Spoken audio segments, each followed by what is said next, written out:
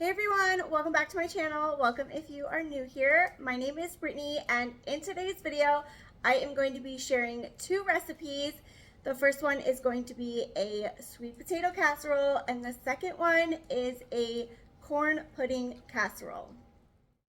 Today's video is in collaboration with my sweet friend here on YouTube. Her name is Nicole. Her channel name is Nicole Coquette. She is hosting a Thanksgiving side recipe video, and I will have her channel in the description box along with the playlist. So be sure to check out the playlist, get a lot of recipe ideas for the upcoming Thanksgiving holiday. I will share how to make each recipe, and I will also have the recipes linked in that description box as well if you want to make them for yourself and for your family. Let's go ahead and get started. I'm starting off with the old-fashioned sweet potato casserole first, and you are going to preheat your oven to 400 degrees. Get a baking sheet, line it with foil, and you will need 5 large sweet potatoes. The recipe that I followed did say to peel, cube, and boil the potatoes, but I opted to roast them in the oven instead.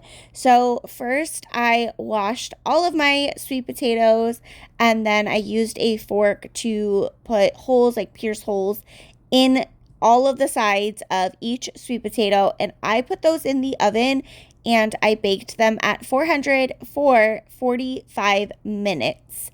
I wanted to do this to give that extra roast flavor, but if you want to boil it for a quicker recipe, you can absolutely do that. That'll be in the instructions in the pinned comment in the description box. I will note that the very large sweet potato that you see, that one needed way more than 45 minutes, and I didn't really realize that until I was taking the skin off, and so it was a lot harder to mash up.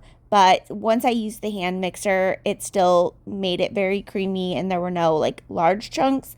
But I do know that some people prefer to have chunks in their mashed potatoes or sweet potatoes, but I wanted to make sure this recipe turned out creamy. Once the 45 minutes is up, you are going to want them to cool so that you can handle them. I was short on time trying to get this video done and feed my family dinner, so I did not let them cool completely, and they were pretty hot to handle, but I managed and I got them all out of the skins, added into the bowl, and then I just kind of used a big like flat metal spoon first, and then I grabbed my potato masher and started mashing them till they were not really chunky and more like a consistent, smooth texture.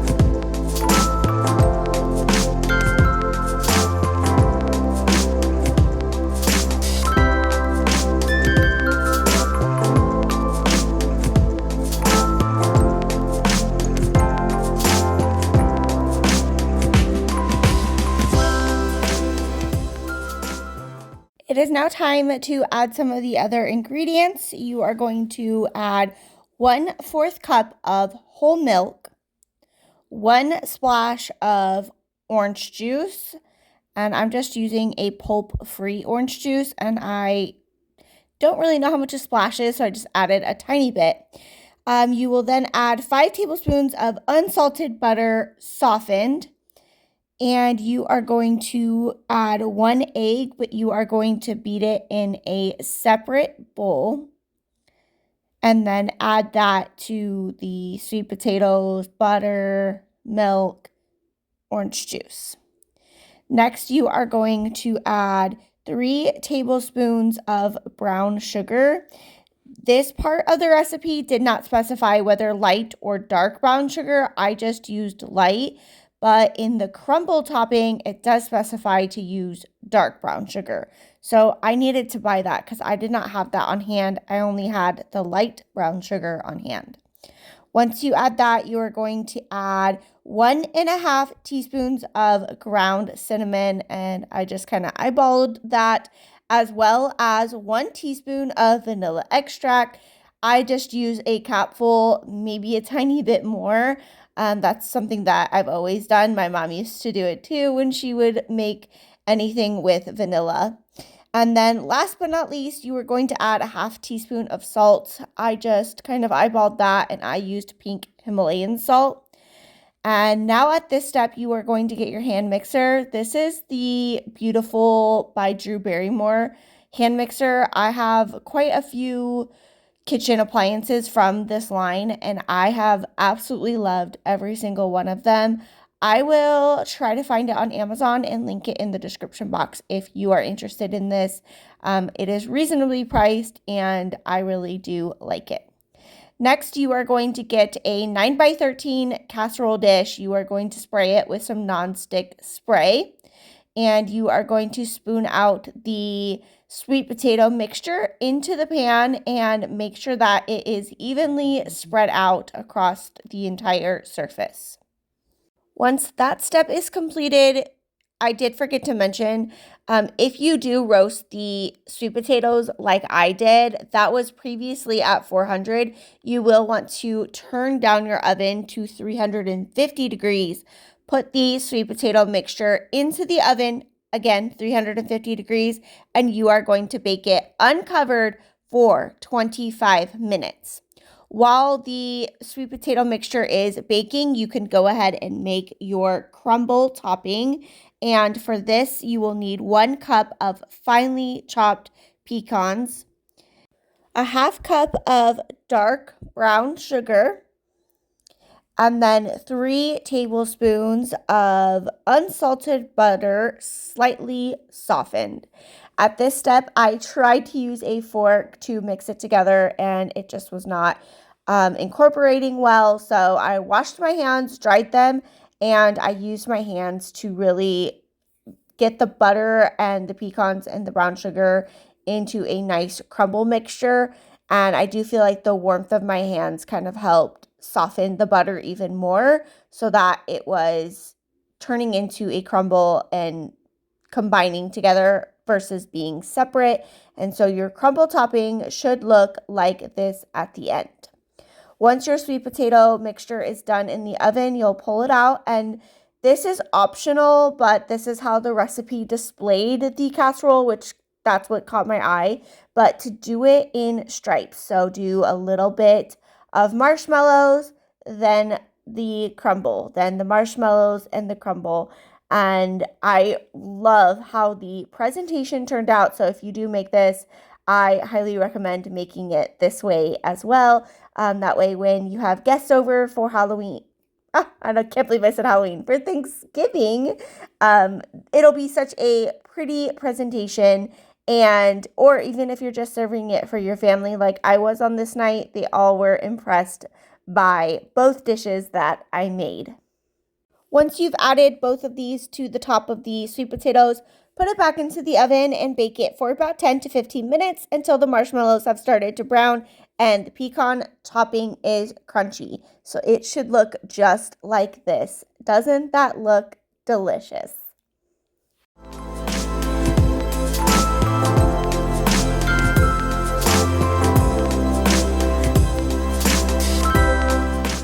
On to recipe number 2, the Jiffy Corn Casserole. You will need 1 box of Jiffy Corn muffin mix, 1/2 cup of butter melted, 1 can of whole corn drained, 1 can of cream style corn, 1 cup of sour cream, 2 eggs, and 8 ounces of shredded cheddar cheese. You will also need a 9x13 casserole dish and some nonstick spray. First things first is preheating your oven to 375 degrees. Next, you are going to take your baking dish and coat it with some nonstick cooking spray. And then you will also melt your butter in the microwave. Once the butter is melted, Pour that into the casserole dish. Then get a separate bowl and crack your eggs into that bowl and beat them and set them aside for now.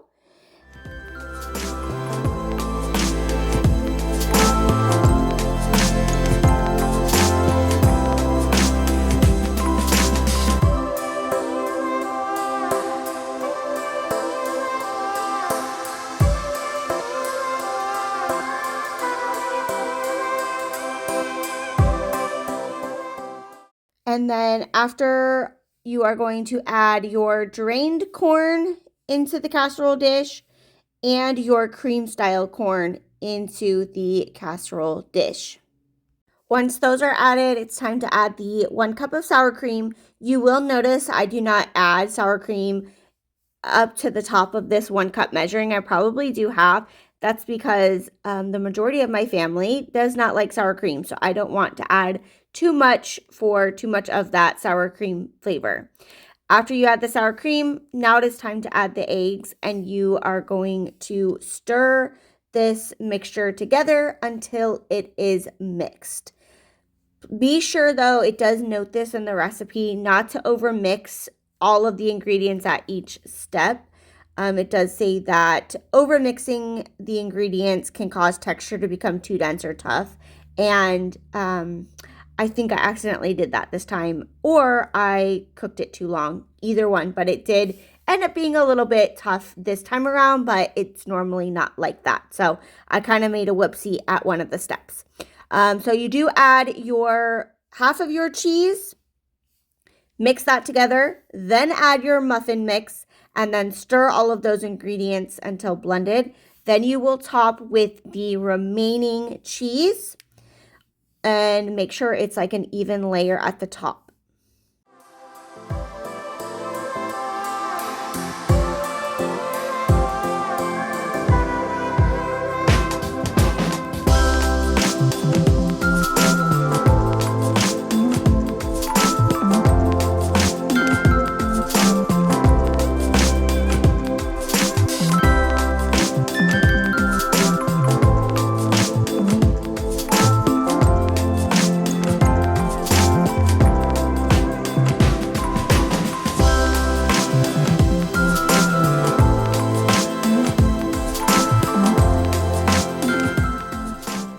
To pop it into the oven, and you are going to bake it for 50 to 60 minutes or until the center is no longer jiggly. And I did it at the 60-minute mark, but I know that all ovens are different, so I probably could have done 50 to 55 minutes.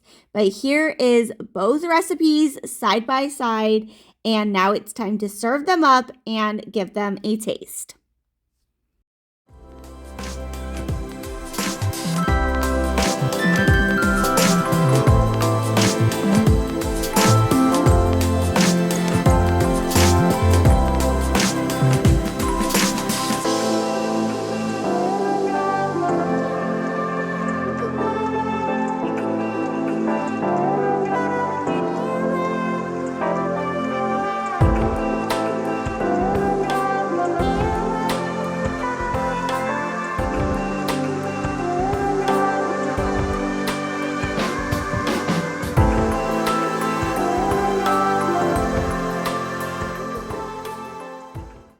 It is done. It looks so good. The corn pudding we've had many times before. This sweet potato casserole, this is actually a new recipe that I have not tried. And what really caught my eye is seeing the pecan crumble and the marshmallows, because usually it's either or. You have a sweet potato casserole with the pecan crumble topping, or you have a sweet potato casserole with marshmallows. This, I just know it's going to be good. And so I'm going to go ahead and do a little taste test of both, even though, like I said, I've tried the corn casserole. I was going to say cornbread. Corn casserole, pudding casserole before. It's still a little hot, still kind of steamy.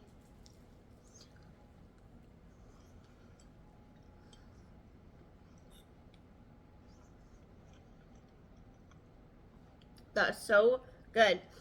It's like a perfect mix between like savory and sweet. It's obviously not sweet, but the creamed corn and the cornbread mix does give it a little bit of sweetness. Very good. You guys, I highly recommend this. This has been a family favorite for a few years now. I've been making it over 5 years, so that is good. Highly recommend. Oh, this sweet potato casserole is so hot. It's really steamy, but I'm trying to get a bite with both the crumble and the marshmallows, which are all like melty.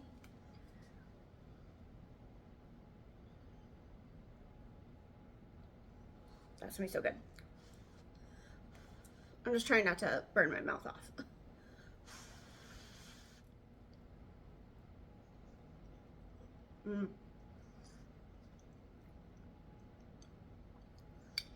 That turned out chef's kiss. So good. I love the pecan crumble and the marshmallows together. I will definitely be making that for Thanksgiving this year. Both of these recipes were found on Pinterest. They are not my own. Again, they will be linked in that description box down below, as well as Nicole's channel and the entire playlist. I cannot wait to see what the other creators baked up for their Thanksgiving side dish. Let me know in the comments down below, what is your favorite Thanksgiving food? That could be like the main course, like turkey or ham, or any of the sides, or dessert, of course. If you guys are new to my channel, I do invite you to hit the red subscribe button down below. It's absolutely free to subscribe, and I would love to have you become a part of my YouTube family here. I love to post a variety of content all around motherhood and lifestyle. I enjoy filming day in the life vlogs, family vlogs, all of our family adventures, and I like to also share hauls, and that includes grocery hauls, thrift hauls, try on videos, and I used to share more cooking videos, but I kind of stepped away from that. But if you'd like to see more of them, please be sure to let me know in the comments down below, and I can absolutely do that because I cook most days. Some days on the weekends we like to do, you know, takeout or, you know, go out to dinner, but I am often in the kitchen, so let me know if you'd like to see more cooking videos or recipe videos. But I hope you guys enjoyed today's video. Let me know if you're going to try these, and please be sure to give this video a thumbs up. Liking my video does help me get pushed out into the YouTube algorithm. And if you see the new hype feature near the comments, if you can be so kind to hype my video, that would help as well. I hope that you guys are all doing well. I'll see you all in the next video. Take care. Bye.